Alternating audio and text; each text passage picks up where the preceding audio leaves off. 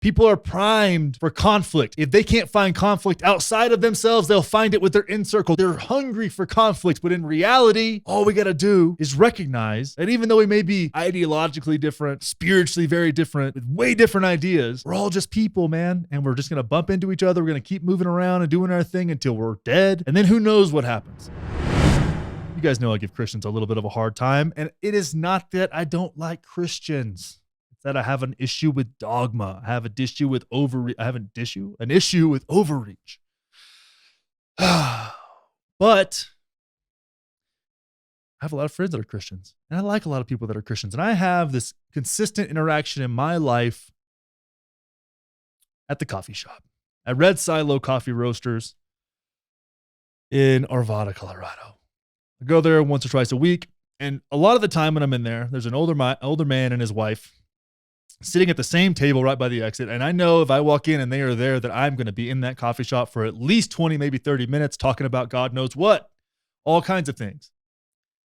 And me and this man always sit and shoot the shit about whatever. And I grew up in a small town in Texas, and that is a way to live life. If you're not routinely running into people and shooting the shit, you are missing out. It is quality engagement. But there's something about this man that's a little different than most people I interact with.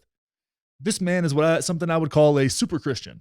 He's been on missionary trips for extended periods of time and all over the world, New Guinea, Zimbabwe, who knows, all over the place, right? Me and this guy, if we were to get into our political ideology, our religious ideology, could not be further apart.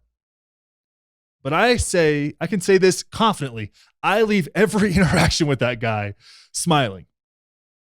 And he's always really happy to see me. He doesn't know shit about me. He doesn't know what I do in my personal life. He doesn't know much about me. But me and this guy could not be further apart ideologically. But every time I see him, we have a positive, friendly, and fun interaction.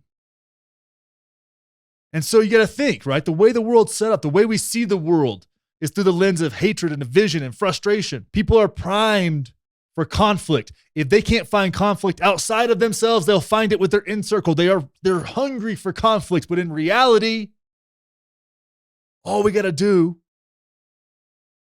is recognize that even though we may be ideologically different, spiritually very different, with way different ideas, we're all just people, man. And we're just going to bump into each other. We're going to keep moving around and doing our thing until we're dead. And then who knows what happens.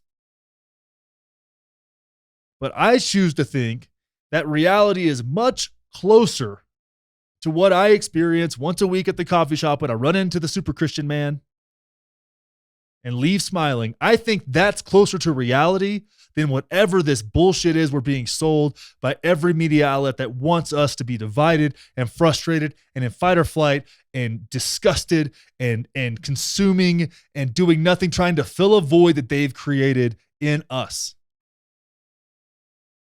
So,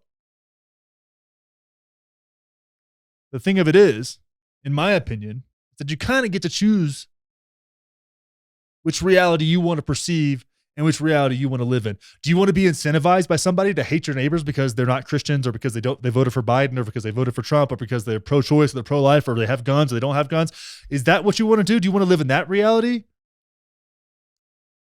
Or do you want to talk about how cute your kid is with an older man telling you how fast they grow up? It's up to you. But it's something to think about.